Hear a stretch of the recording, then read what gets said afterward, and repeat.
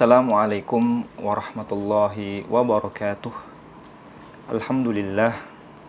Alhamdulillahi rabbil alamin. Wabihi nasta'in ala umurid dunya waddin. Wassalatu wassalamu ala imamil anbiya'i wal muttaqin, Sayyidina wa habibina wa syafi'ina wa maulana Muhammadin wa ala alihi wa sahbihi ajma'in. Allahumma salli wa sallim ala sayyidina Muhammadin miftahi babi rahmatillah, adada ma fi ilmillahi salatan wa salaman daimaini bidawami mulkillah, wa ala alihi wa sahbihi wa mawalah, la hawla wa la quwwata illa billah. Puji syukur kehadirat Allah subhanahu wa ta'ala yang telah memberikan kepada kita berbagai macam nikmatnya, baik itu nikmat yang bersifat lahiriah maupun nikmat yang bersifat batiniyah, sehingga kita bisa melaksanakan ketaatan kepada Allah subhanahu wa ta'ala.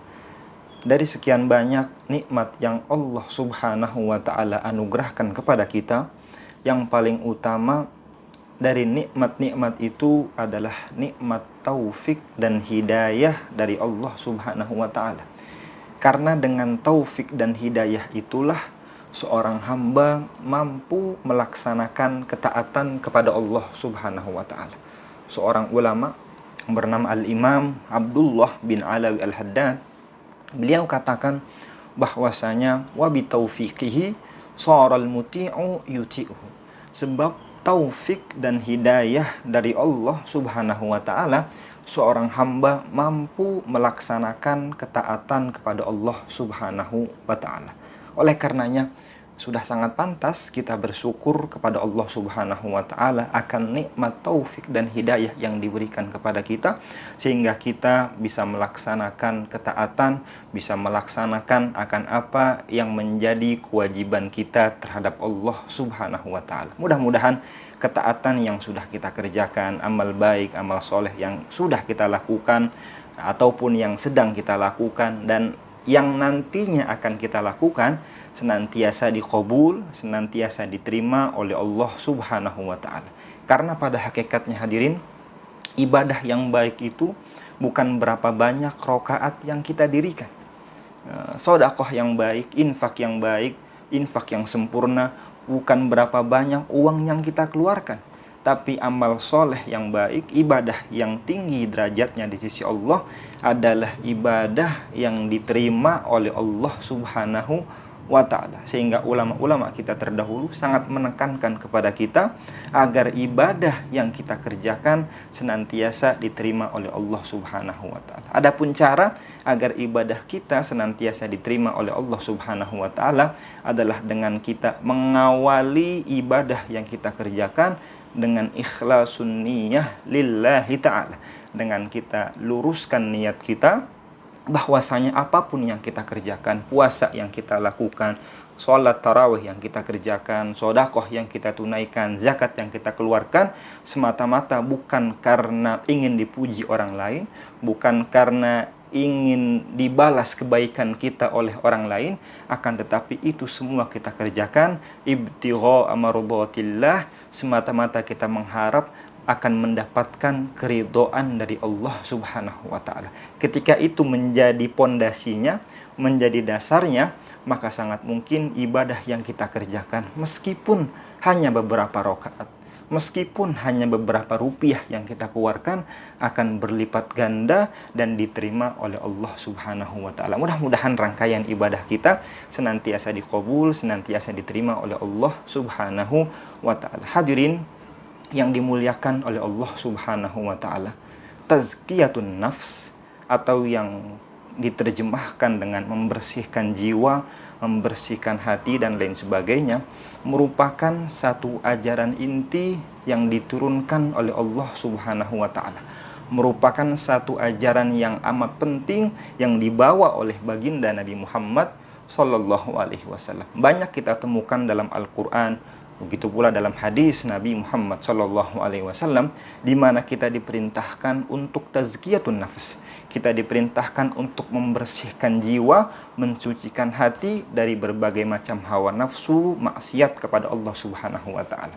Seperti contoh Allah Subhanahu wa taala katakan dalam Al-Qur'an, ya, bahwasanya qad aflaha man tazakka. Sungguh beruntung, kata Allah Subhanahu wa taala, man tazakka, orang-orang yang senantiasa membersihkan hatinya dari berbagai macam hawa nafsu, kemaksiatan kepada Allah Subhanahu wa taala. Bahkan, ya, disampaikan oleh Allah Subhanahu wa taala, seluruh rasul, seluruh nabi, mulai dari Nabi Adam sampai dengan nabi kita Nabi Muhammad SAW, salah satu misi besar yang mereka bawa adalah yuzakkihim, ya, untuk membersihkan hati dari setiap umat Nabi Muhammad dan nabi-nabi yang lainnya.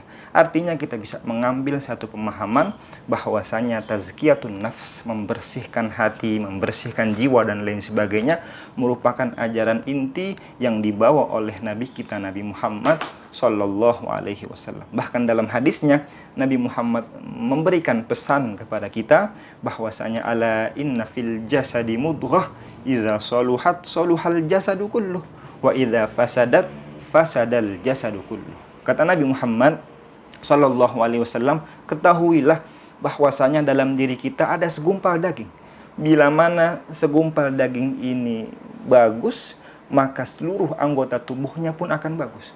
Wa idza fasadat fasadal jasadu kulluh. Akan tetapi bila mana segumpal daging ini rusak, segumpal daging ini tidak lagi baik, maka bisa dipastikan seluruh anggota tubuhnya pun tidak baik pula.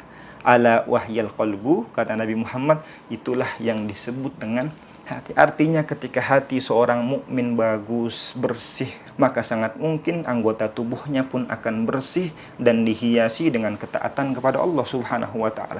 Akan tetapi bila mana naudzubillah hati seorang mukmin dipenuhi dengan hawa nafsu, dipenuhi dengan kemaksiatan kepada Allah Subhanahu wa taala, maka sangat mungkin anggota tubuhnya pun dihiasi dengan kemaksiatan kepada Allah Subhanahu wa taala. Sehingga kita diingatkan oleh Nabi Muhammad untuk senantiasa menjaga hati kita, menjaga jiwa kita, agar kita bisa menjadi orang-orang yang taat kepada Allah Subhanahu wa taala. Karena hati, lagi-lagi saya ingatkan, menjadi sesuatu yang amat penting, menjadi sesuatu yang bersifat kunci sampai akhirnya anggota tubuh kita bisa melaksanakan ketaatan kepada Allah Subhanahu wa taala. Bahkan ulama-ulama kita memberikan satu ilustrasi bahwasanya hati ini diibaratkan seperti tanah.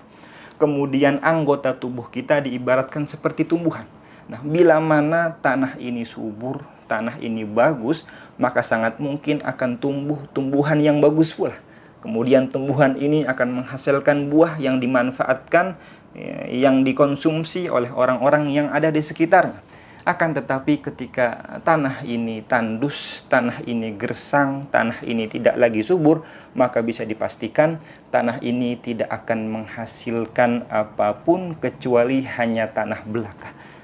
Artinya hati seorang mukmin bila mana bersih, bila mana dihiasi dengan hal-hal baik, maka ia akan menjadi mukmin yang produktif, mukmin yang senantiasa melakukan kebaikan, baik itu kebaikan yang bersifat hablum minallah ataupun hablum minannas. Akan tetapi ketika hati kita dipenuhi dengan satu kemaksiatan, dipenuhi dengan noda, dipenuhi dengan hawa nafsu dan lain sebagainya, maka bisa dipastikan anggota tubuh itu akan senantiasa bermaksiat kepada Allah Subhanahu wa taala. Nauzubillahi min dzalik. Akan tetapi yang menjadi pertanyaan hadirin, bagaimana cara kita agar kita mampu membersihkan hati kita, membersihkan jiwa kita dari berbagai macam hawa nafsu maksiat kepada Allah Subhanahu wa taala. Ulama-ulama kita memberikan penjelasan yang cukup gamblang akan cara membersihkan hati kita dari berbagai maksiat kepada Allah Subhanahu wa taala. Di antaranya dan yang paling utama, thalabul ilmi, dengan menuntut ilmu. Karena dengan ilmu itulah kita akan dituntun untuk membedakan mana yang halal dan mana yang haram. Dengan ilmu itulah kita dituntun untuk membedakan mana yang baik dan mana yang buruk, sampai akhirnya kita bisa menghiasi hati kita dengan berbagai macam kebaikan, dengan berbagai macam ketaatan, yang ujungnya kita menjadi hamba-hamba yang dekat dengan Allah Subhanahu wa ta'ala. Artinya ilmu menjadi kunci sampai akhirnya kita bisa menjadi orang-orang yang senantiasa mendekatkan diri kita kepada Allah Subhanahu wa ta'ala. Dan bila mana seorang mukmin dia melakukan satu amalan ketaatan tapi tidak didasari dengan ilmu, maka ulama-ulama kita sepakat bahwasanya a'maluhu mardudatun la tuqbalu. Amal perbuatan yang mereka lakukan tanpa didasari dengan ilmu pengetahuan, ilmu yang sudah diajarkan oleh baginda Nabi Muhammad SAW, mardudatun la tuqbalu, maka amalan perbuatan itu tidak akan diterima oleh Allah Subhanahu wa ta'ala. Bahkan Nabi Muhammad memberikan satu penegasan kepada kita akan keutamaan ilmu dengan mengatakan bahwasanya fadlul alimi alal abidi kafadlil qamari ala sairil kawakib. Keutamaan seseorang yang memiliki ilmu itu diibaratkan seperti bulan purnama. Kemudian orang yang ahli ibadah tanpa ilmu hanya diumpamakan seperti bintang-bintangnya saja. Artinya posisi mereka yang memiliki ilmu, yang mengerjakan ketaatan didasari dengan ilmu, maka ibadahnya akan lebih unggul, yang sangat mungkin akan diterima oleh Allah Subhanahu wa ta'ala. Ketika seseorang dia ingin menjadi hamba-hamba yang dekat dengan Allah Subhanahu wa ta'ala, salah satu cirinya itu dia disebutkan dalam ungkapan yang diungkapkan oleh ulama-ulama kita dengan qillatul anam, mengurangi intensitas bergaulnya antara satu dengan yang lain. Artinya kita diminta untuk lebih mempergunakan waktu yang Allah Ta'ala anugerahkan kepada kita, bukan hanya untuk kumpul-kumpul semata, tapi kita diminta untuk bertafakkur, untuk merenungi akan kebesaran Allah Subhanahu wa ta'ala. Kalaupun kita berkumpul dengan teman, dengan saudara dan lain sebagainya, kita harus yakini bahwasanya perkumpulan itu ada nilai pahala dari Allah. Perkumpulan itu ada ketaatan, ada keridhaan dari Allah Subhanahu wa ta'ala. Akan tetapi bila mana perkumpulan yang kita kerjakan ataupun yang akan kita kerjakan tidak ada pahala, justru mendatangkan kemurkaan dari Allah Subhanahu wa ta'ala, maka kita dianjurkan untuk menyendiri daripada berkumpul yang di dalamnya ada murka Allah Subhanahu wa ta'ala. Yang kedua, tanda orang yang soleh, tanda orang yang dekat dengan Allah, tanda orang yang sudah membersihkan hatinya adalah dengan qillatul kalam. Dia kurangi intensitas kata-kata yang keluar dari lisannya. Artinya ucapannya sedikit. Dia akan berbicara kecuali di situ ada pahala dari Allah Subhanahu wa ta'ala. Dan dia tidak akan berbicara bila mana dari kata-kata yang keluar dari mulutnya ada kemurkaan dari Allah Subhanahu wa ta'ala. Hal ini sesuai dengan apa yang diungkapkan oleh ulama-ulama kita, bahwasanya al-lisan qalilun jirmuhu katsirun jurmuhu. Yang namanya lisan itu dia bentuknya kecil tapi dampaknya sangat besar bagi kehidupan kita di dunia dan di akhirat. Laka au alaika. Lisan bisa menjadi kendaraan yang mengantarkan kita ke dalam surga Allah Subhanahu wa ta'ala. Wa alaika, dan di waktu yang bersamaan lisan pun akan menjadi kendaraan yang menjerumuskan kita ke dalam nerakanya Allah Subhanahu wa ta'ala. Na'udzubillahi min dzalik.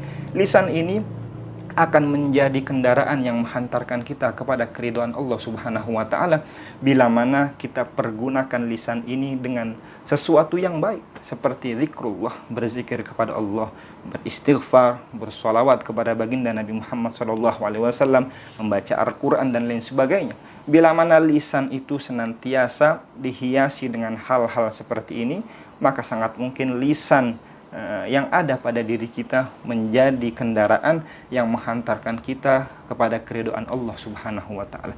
Akan tetapi ketika lisan tidak lagi kita gunakan untuk sesuatu yang mendekatkan diri kita kepada Allah, justru malah sebaliknya dipergunakan untuk sesuatu yang sifatnya fitnah, ghibah, dusta dan lain sebagainya, maka lisan ini akan menjadi kendaraan yang menjerumuskan ia ke dalam nerakanya Allah Subhanahu wa ta'ala. Yang ketiga, Setelah tadi qillatul anam, dia kurangi intensitas pergaulannya dengan makhluk.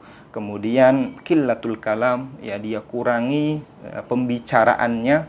Kemudian yang ketiga adalah qillatun niyam, ya, atau yang disebut dengan dia mengurangi ya tidurnya di malam hari, karena dia manfaatkan nikmat yang Allah Ta'ala berikan itu. Ketika datang waktu malam, dia isi malam-malam harinya untuk tahajud, untuk beribadah, untuk istighfar, untuk bermunajat kepada Allah Subhanahu wa Ta'ala. Hal ini pun diungkapkan oleh Nabi Muhammad SAW bahwasanya qiyamul laili min da'bis sholihin. Qiyamul lail, tahajud, ya, menghidupkan malam-malam hari, min da'bis sholihin, merupakan kebiasaan dari orang-orang soleh terdahulu. Sehingga kita dapatkan pula, ya, ketika Aisyah ditanya oleh para sahabatnya bagaimana tahajudnya Nabi Muhammad SAW, Aisyah katakan, ya, bahwasanya tahajudnya Nabi Muhammad, bahwasanya qiyamul lailnya Nabi Muhammad SAW hatta tatafattara qadamah, sampai memar tumit baginda Nabi Muhammad SAW.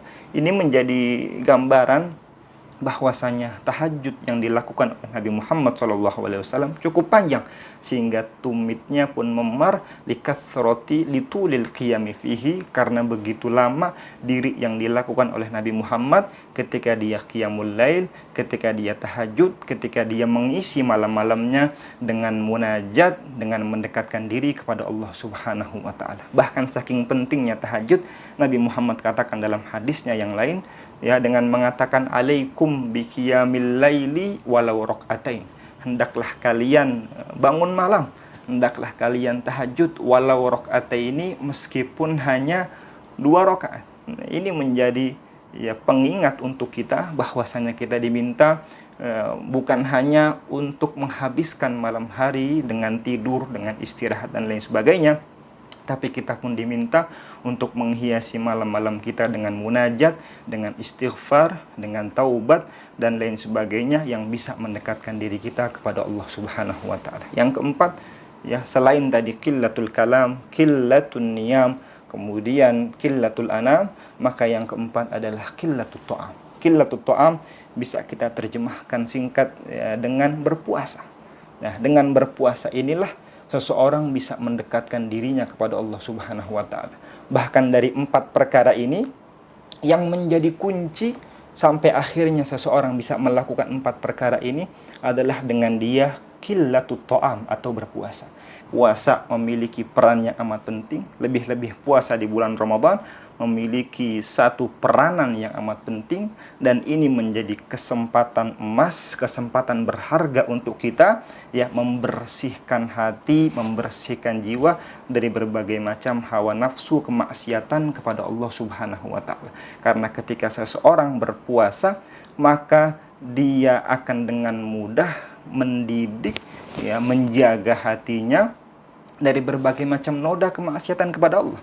Karena ketika seseorang berpuasa, maka sangat mungkin dia menahan lisannya untuk berkata-kata yang tidak ada manfaatnya. Karena tubuhnya lemas, tubuhnya tidak memiliki stamina, sampai akhirnya dia tidak punya gairah untuk berbicara. Karena tubuhnya lemas, dia pun tidak punya gairah untuk berkumpul dengan temannya. Karena tubuhnya pun lemas, tidak ada satu tenaga yang lebih, maka ia pun tidak akan menikmati tidur yang dia lakukan pada hari itu. Karena dia dalam keadaan lapar, maka dia tidak akan nikmat menjalankan ini semua. Artinya dengan puasa seseorang sangat dibantu untuk menjaga lisannya, untuk menjaga anggota tubuhnya yang lain dari berbagai macam kemaksiatan kepada Allah Subhanahu wa Ta'ala. Artinya puasa yang kita lakukan, lebih-lebih puasa di bulan Ramadan, memiliki peranan yang amat penting sampai akhirnya kita bisa menjaga pandangan kita, kita bisa menjaga lisan kita, kita bisa menjaga tangan dan kaki kita dari berbagai macam hal yang menjauhkan kita dengan Allah Subhanahu wa Ta'ala. Bahkan puasa bukan hanya membuat seseorang itu mampu untuk membersihkan hatinya dari berbagai macam hawa nafsu, kemaksiatan dan lain sebagainya. Puasa yang dia lakukan akan menumbuhkan sifat sabar pada dirinya.